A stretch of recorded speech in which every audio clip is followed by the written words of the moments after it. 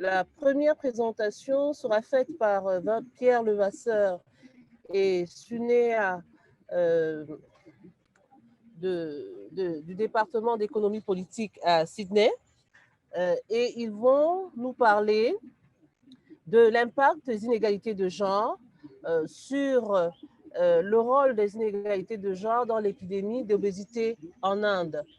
Alors, bonjour à tous. Merci aux organisateurs de ce symposium et merci de nous rejoindre pour la présentation de notre étude intitulée The Role of Gender Inequality in the Obesity Epidemic, a Case Study from India.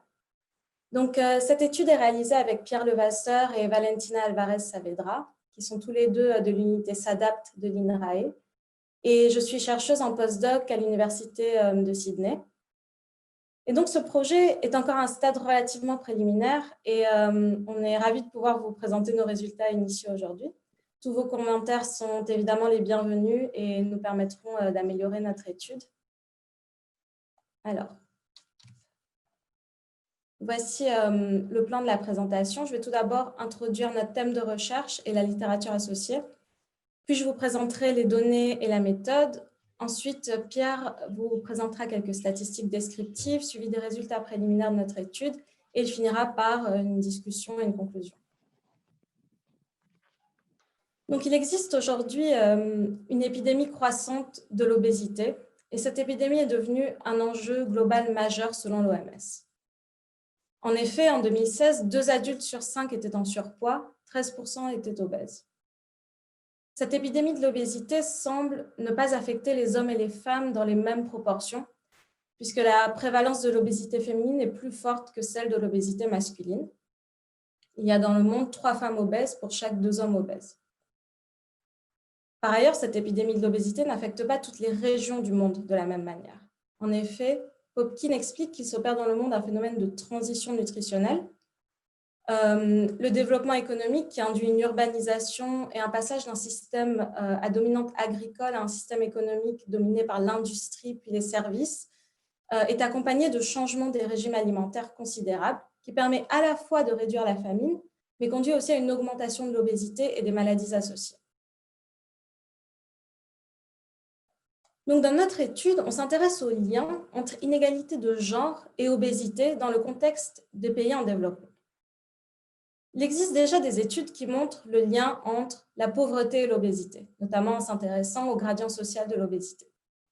Il existe aussi des études qui analysent le lien entre inégalité et obésité. On sait que la pauvreté et les inégalités sont fortement liées aux inégalités de genre. Pourtant, la relation directe entre inégalité de genre et obésité reste vraiment peu explorée. Des études montrent par exemple que l'écart entre obésité féminine et masculine est plus élevé dans les pays à revenus intermédiaires.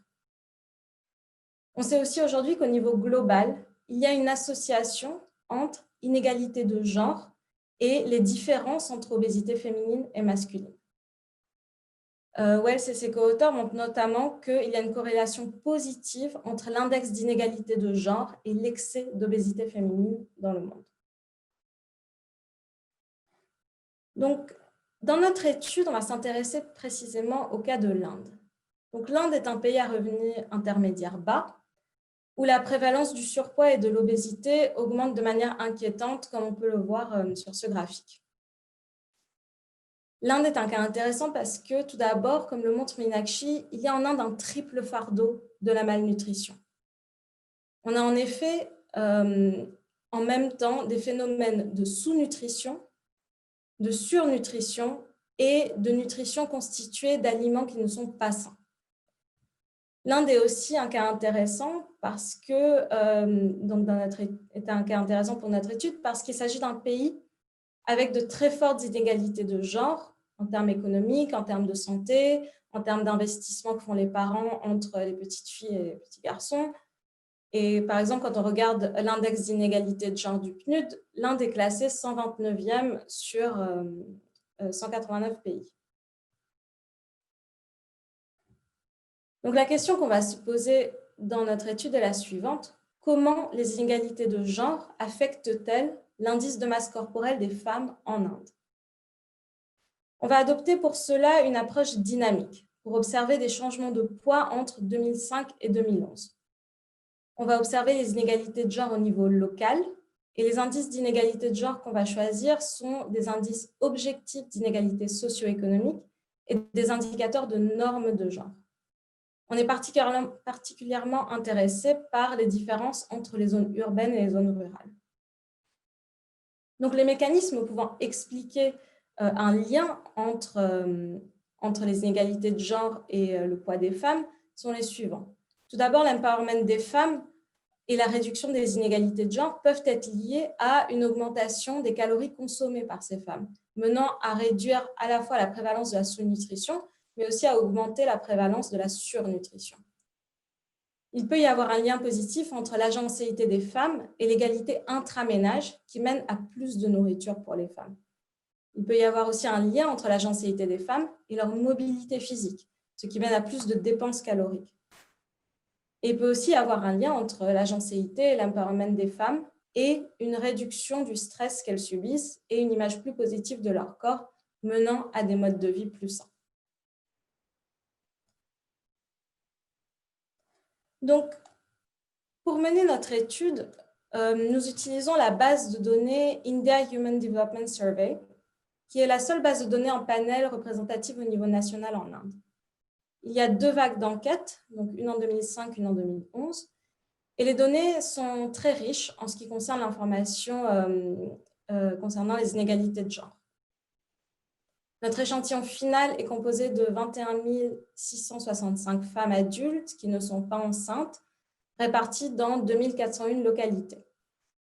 Donc, l'échelle de la localité qu'on utilise est le Primary Sampling Unit, qui est la plus petite désagrégation que l'on ait dans la base, donc après l'État et le district. Donc, les variables qui nous intéressent sont les suivantes. On regarde tout d'abord comme variable dépendante le changement entre 2005 et 2011 de l'indice de masse corporelle, donc en anglais Body Mass Index. Cet indice est calculé en divisant le poids par la taille au carré. Les variables d'inégalité de genre qui nous intéressent sont, elles, toutes mesurées au niveau de la localité, c'est-à-dire du PSU, Primary Sampling Unit. Ces variables d'inégalité de genre sont les suivantes. Tout d'abord, des mesures objectives d'inégalité socio-économique, notamment l'écart salarial entre les hommes et les femmes, et ensuite l'écart du taux d'alphabétisation entre les hommes et les femmes. Ensuite, on regarde aussi des indicateurs de normes de genre, notamment la permission de quitter le domicile pour visiter, le fait de devoir demander la permission pour quitter le domicile pour visiter un centre de santé, le fait de devoir demander la permission pour rendre visite à un ami, le fait de devoir demander la permission pour faire ses courses, et enfin la pratique du voile, qui, donc en Inde, Gungat Upajda, qui est fortement associée à la pratique de la séclusion, c'est-à-dire la limitation des interactions avec les hommes qui ne sont pas directement de la famille. Donc, notre étude cherche à estimer le lien entre ces inégalités de genre et le changement d'IMC des femmes. Pour cela, on va estimer tout d'abord le lien avec toutes nos variables d'inégalité de genre prises une par une dans des modèles multiniveaux. Donc, ces modèles multiniveaux permettent de prendre en compte la structure hiérarchique des données. Parce qu'en fait, on a des variables au niveau de la localité, donc ces variables d'inégalité de genre sont calculées au niveau de la localité, et des variables au niveau individuel, notamment l'IMC des femmes. Et donc, ces modèles multiniveaux permettent d'avoir des estimations robustes avec un terme d'erreur qui prend en compte cette structure hiérarchique des données. Dans une étape suivante, on va essayer d'aller un peu plus loin pour voir s'il y a un lien causal dans les corrélations qu'on a observées. En effet, ce que l'on veut savoir, c'est si les inégalités de genre, comme par exemple l'écart d'alphabétisation entre les hommes et les femmes, ont un effet direct sur le changement du poids des femmes. Mais il se peut que d'autres facteurs omis, comme par exemple la distance à un centre dédié à l'alphabétisation des adultes, jouent à la fois sur le poids et sur le taux d'alphabétisation. Donc, notre stratégie consiste à éliminer ce genre de bruit qui pourrait altérer la relation observée. Donc, c'est pour ça qu'on met en place une stratégie de variable instrumentale. Et on utilise comme instrument une variable indiquant si les femmes du PSU préfèrent avoir des filles qu'avoir des garçons. Donc, un bon instrument ne doit pas avoir un lien direct avec la variable de résultat, ici le changement de l'IMC, mais doit être corrélé à la variable endogène, ici l'inégalité de genre.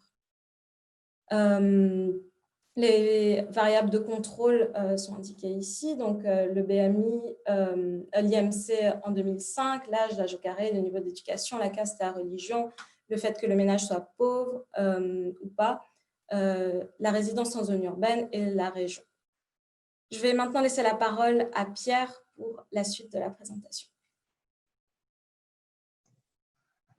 Bonjour, est-ce que le son est bon? Vous m'entendez? Oui, c'est bon. Donc, je vais partager l'écran. Voilà, vous devez à présent le voir en principe. Alors, pour commencer en douceur, quelques résultats, quelques statistiques descriptives, pardon. Alors, comme on peut voir, les enjeux nutritionnels en Inde sont différents lorsqu'on compare les zones rurales aux zones urbaines. On peut voir que dans les zones urbaines, les problèmes de surpoids, d'obésité sont surreprésentés, avec 35% de surpoids et d'obésité en ville, en Inde, face à moins d'obésité et de surpoids dans les zones rurales, puisqu'on observe que dans les zones rurales, ce taux s'élève à environ 15%. En revanche, dans les zones rurales, on va plutôt observer des problématiques de faim, de dénutrition, puisque en Inde, il reste encore 25% de sous-poids dans ces zones face à 11% dans les villes. Donc, qui reste tout de même assez persistant dans les villes.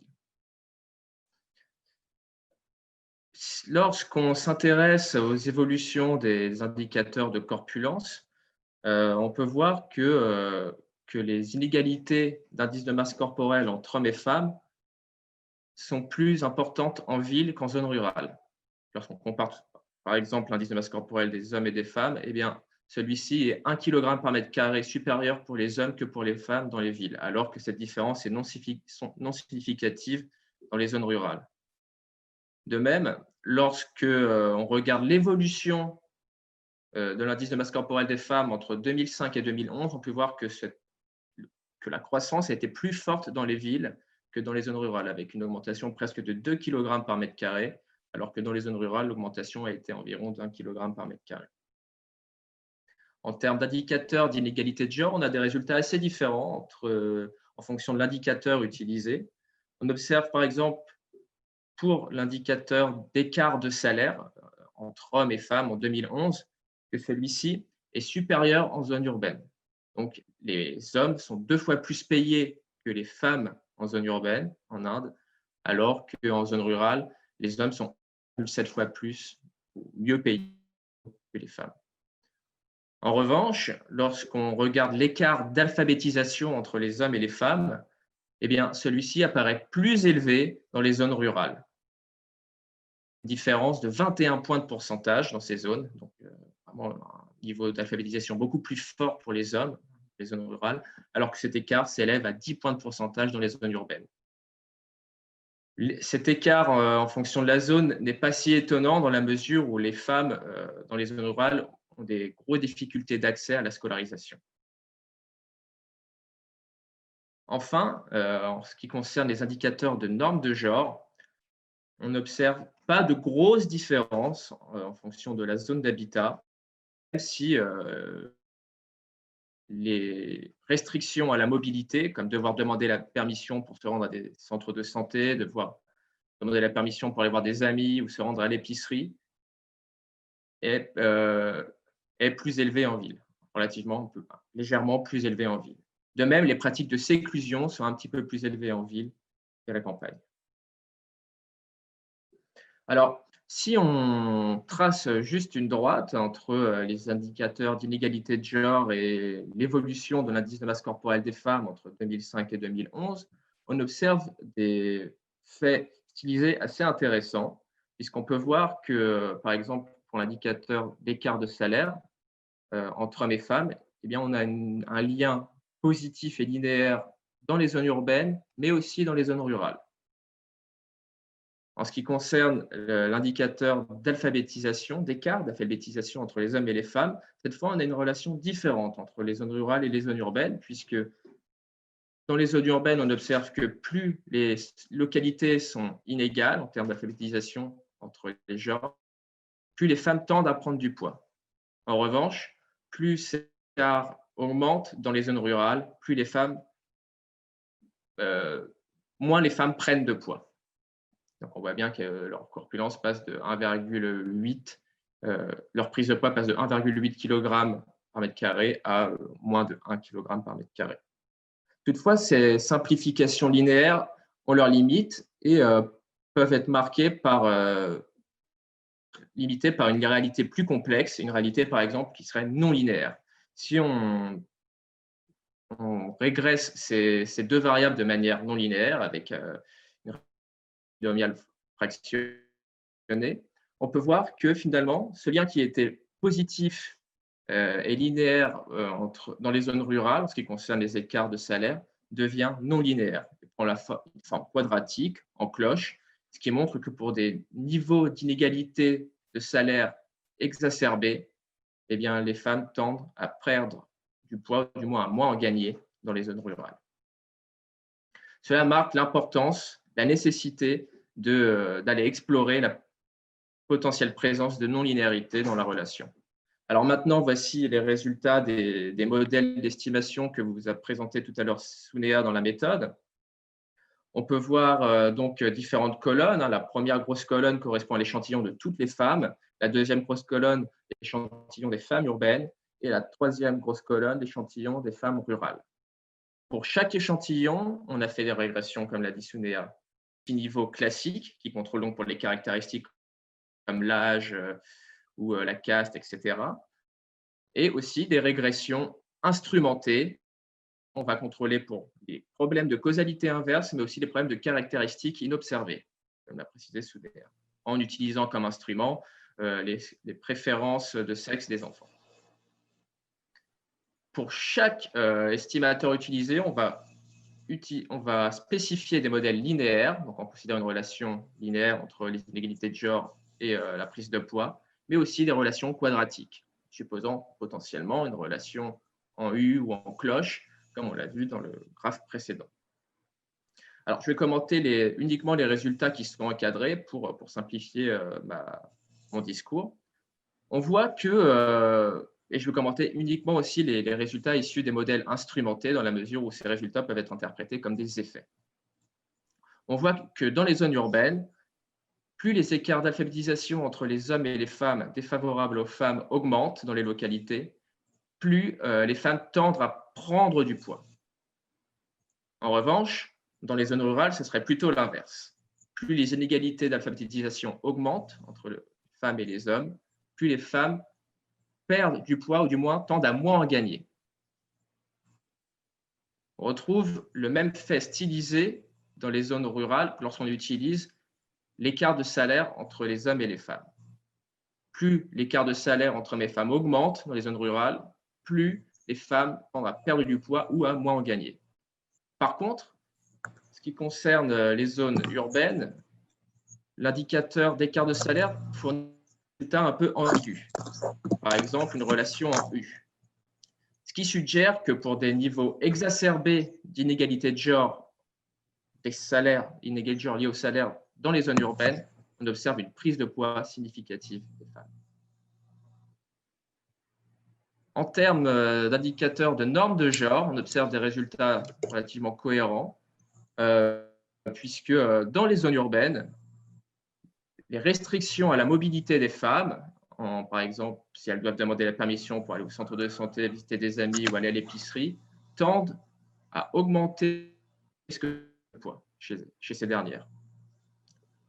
Contre, les pratiques de séclusion, comme notamment le port du voile, est associée à une perte de poids dans les zones rurales ou alors à une diminution moins importante sur la période étudiée.